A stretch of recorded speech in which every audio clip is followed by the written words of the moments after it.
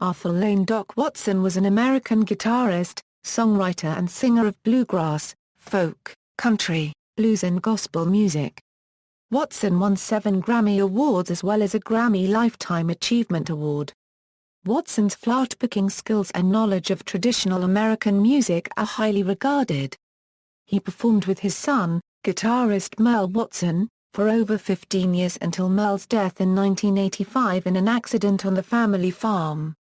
Biography: Early life: Watson was born in Deep Gap, North Carolina. According to Watson on his 3-CD biographical recording Legacy, he got the nickname Doc during a live radio broadcast when the announcer remarked that his given name Arthel was odd and he needed an easy nickname. A fan in the crowd shouted, "Call him Doc," presumably in reference to the literary character Sherlock Holmes's sidekick Dr. Watson. The name stuck ever since.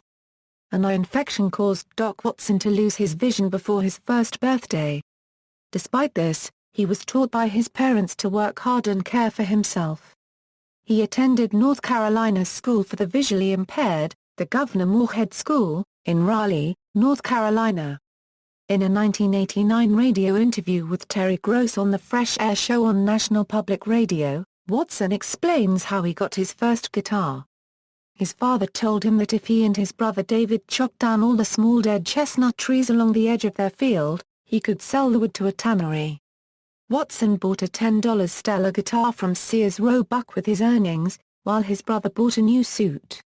Later in that same interview, Watson explained that his first high-quality guitar was a Martin D18.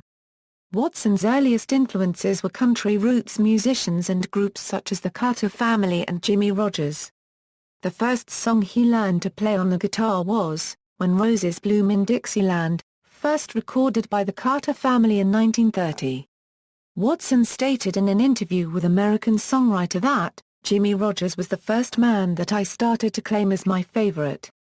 Watson proved to be a natural musical talent and within months was performing on local street corners playing songs from the Delmore Brothers, Louvin Brothers, and Monroe Brothers alongside his brother Linnie. By the time Watson reached adulthood, he had become a proficient acoustic and electric guitar player. Career: in 1953, Watson joined the Johnson City, Tennessee-based Jack Williams country and western swing band on electric guitar. The band seldom had a fiddle player, but was often asked to play at square dances. Following the example of country guitarists Grady Martin and Hank Garland, Watson taught himself to play fiddle tunes on his Les Paul electric guitar. He later transferred the technique to acoustic guitar, and playing fiddle tunes became part of his signature sound.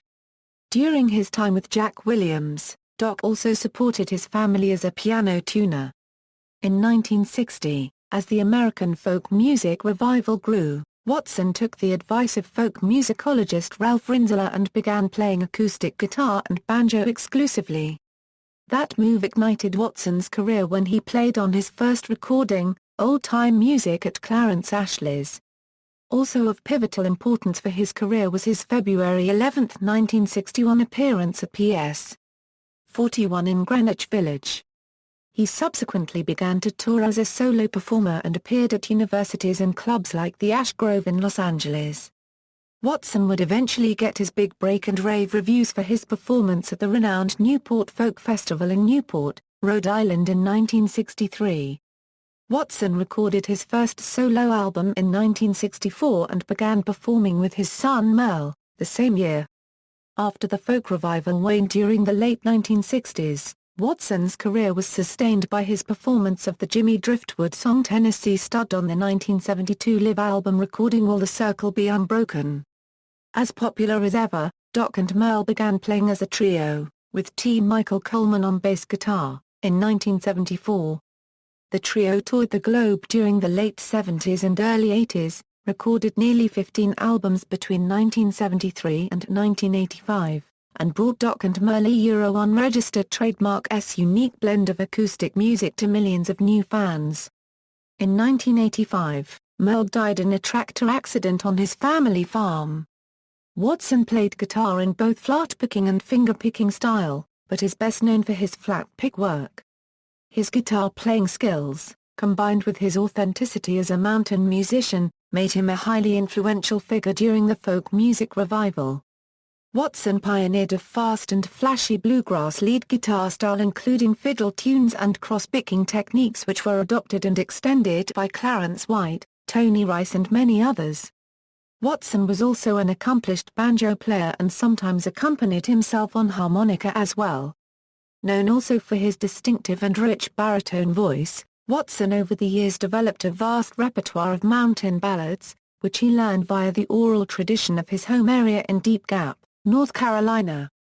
His affable manner, humble nature and delightful wit endeared him to his fans nearly as much as his musical talent. Watson played a Martin Model D18 guitar on his earliest recordings.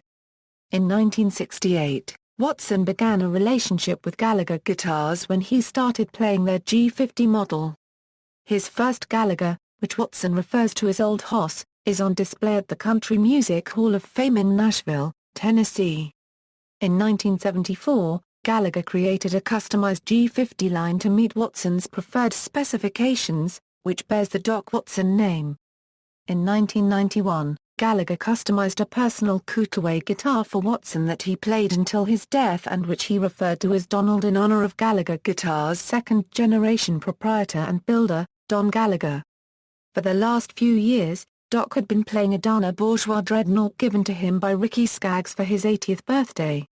In 1986, Watson received the North Carolina Award and in 1994 he received a North Carolina Folk Heritage Award.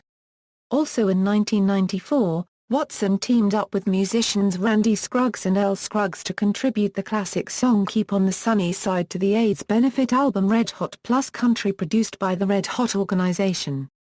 Later life. In 2000, Watson was inducted into the International Bluegrass Music Hall of Honor in Owensboro, Kentucky. In 1997, Watson received the National Medal of Arts from U.S. President Bill Clinton.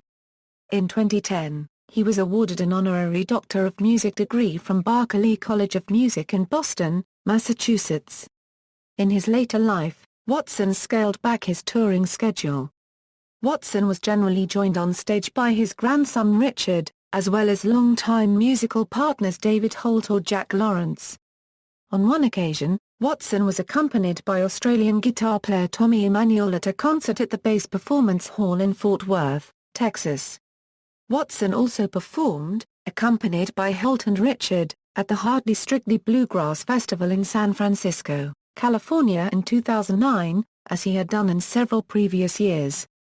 Watson hosted the annual Merle Fest Music Festival held every April at Wilkes Community College in Wilkesboro, North Carolina. The festival features a vast array of acoustic-style music focusing on the folk, bluegrass, blues and old-time music genres.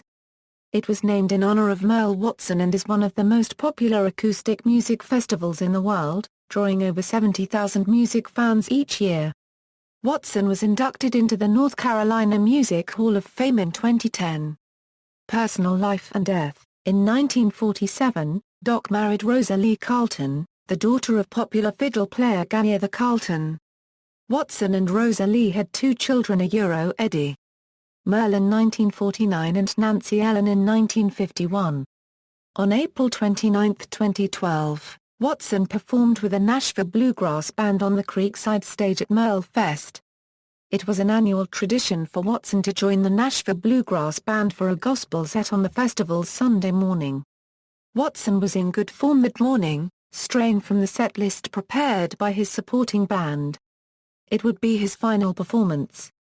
On May 21, 2012, Watson fell at his home, after which he was sent to Watauga Medical Center in nearby Boone, North Carolina.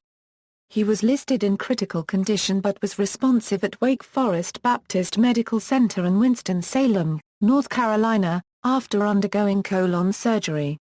Watson was not seriously injured in the fall, but an underlying medical condition prompted the surgery which required him to be airlifted to Winston-Salem. Watson died on May 29, 2012 at Wake Forest Baptist Medical Center of complications following the surgery at the age of 89. He is buried in the Merle and Doc Watson Memorial Cemetery, Deep Gap, Watauga County, North Carolina with his wife and son. According to the Find a Grave database, this memorial cemetery is on the private property of the Watson family and is not open to visitors. Legacy. In 2002, High Windy Audio released a multi-CD biographical album titled Legacy. The collection features audio interviews with Watson interspersed with music, as well as a complete recording of a live performance at the Diana Wortham Theatre in Asheville, North Carolina. The collection won the 2002 Grammy Award for Best Traditional Folk Album. In 2010, Blooming Twig Books published a comprehensive biography of Doc Watson, written by Ken Gustafson. The book, titled Blind But Now I See, The Biography of Music Legend Doc Watson, features never-before-published content regarding Watson's life and career, gleaned from interviews with Watson's friends and collaborators, including Norman Blake, Sam Bush, members of the Seeger family, Michelle Shocked and many others. The book also goes into detail on the life, supporting role and ultimate death of Merle Watson. An updated edition was released by Sumac Red Books in March 2012. In April of 2013, Open Records released a multi-disc collection of unreleased recordings by Doc Watson. The collection, titled Milestones, features 94 songs as well as stories, remembrances, and over 500 photographs. The collection was created by Watson's daughter Nancy and is being produced by ETSU Bluegrass and ETSU Professor Roy Andrade. Discography. Awards and Honors. Grammy Awards, 1973 Best Ethnic or Traditional Recording, Doc Watson for Then and Now, 1974 Best Ethnic or Traditional Recording, Merle Watson and Doc Watson for 2 Days in November 1979 Best Country Instrumental Performance, Doc Watson and Merle Watson for Big Sandy Leather Breeches, 1986 Best Traditional Folk Recording, Doc Watson for Riding the Midnight Train, 1990 Best Traditional Folk Recording, Doc Watson for On Praying Ground, 2002 Best Traditional Folk Album, Doc Watson and David Holt for Legacy, 2004 Lifetime Achievement Award. 2006 Best Country Instrumental Performance, Brian Sutton and Doc Watson for Whiskey Before Breakfast track from Not Too Far from the Tree by Brian Sutton. References. External links, Arthel Lane Doc Watson Find a Grave Memorial. Note: this cemetery is on the private property of the Watson family and is not open to visitors. Doc's Guitar, a site dedicated to the guitar and music of Doc Watson, podcast of Doc Watson and Jack Lawrence performing live at the 1996 Florida Folk Festival from the Florida Folk Life Collection, live 1977 recording of The Cuckoo Bird by Doc and Merle Watson from the Florida Folk Life Collection, live 1996 recording of Shady Grove by Doc and Jack Lawrence from the Florida Folk Life Collection, Merlefest official website, Doc's Orders, No Heavy Metal at Merlefest 2007 article in The Hook Weekly. National Public Radio, guitarist Arthel Doc Watson interview on NPR's Fresh Air, Morning Editions Bob Edwards interview Doc Watson from 1985, Morning Editions Bob Edwards interview Doc Watson from 1989. Prairie Home Companion, Doc Watson and Taj Mahal August 9, 1986, October 23, 1999, February 14, 2004. Article on Doc Watson and other Western NC guitar players. 1.